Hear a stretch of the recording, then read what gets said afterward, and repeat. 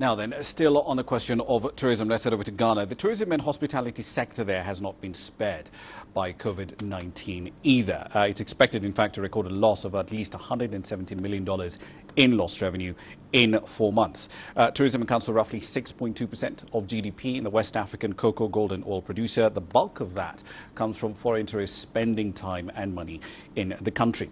But as CGTN's Nabil Ahmed Rufai now reports from Accra, coronavirus restrictions have left the country's hotels and sites tourist-free this year. Business has virtually come to a standstill for Abdul Rashid Fuseni due to the coronavirus pandemic.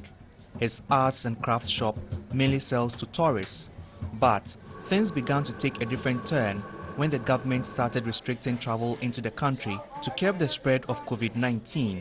No tourists, no visitors, so our business here is running slow, very, very slow. No one comes. You can be in a shop even from Monday to Friday, no one will come.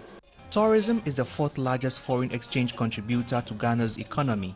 Last year, the government launched a campaign, the Year of Return, which saw African diaspora coming to Ghana to mark 400 years since the transatlantic slave trade. It generated $1.9 billion for the country's economy.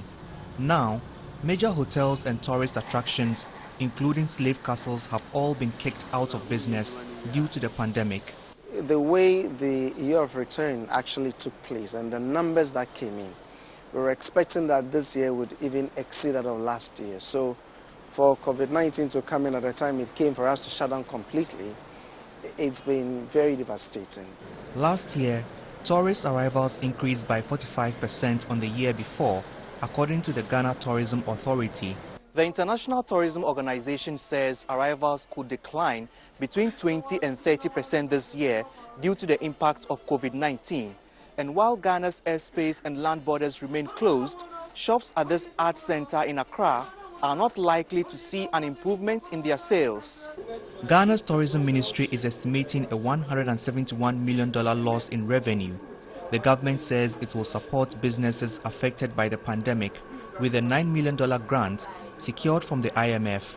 The beneficiaries to be supported under the grant scheme comprise mainly Ghanaian indigenous businesses in the tourism value chain, including micro businesses that employ between 1 to 5 persons, small businesses that employ between 6 to 30 persons, and medium enterprises that employ between 31 to 100 people. But Fuseni says the support from the government is only half of the solution.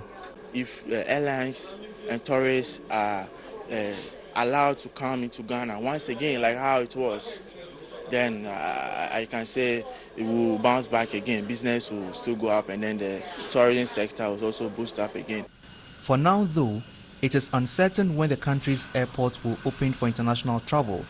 Experts say it could take up to 3 years for Ghana's tourism industry to fully recover from the shocks caused by the coronavirus pandemic. By then, craftsmen like Abdul Rashid Fuseni could be out of business altogether.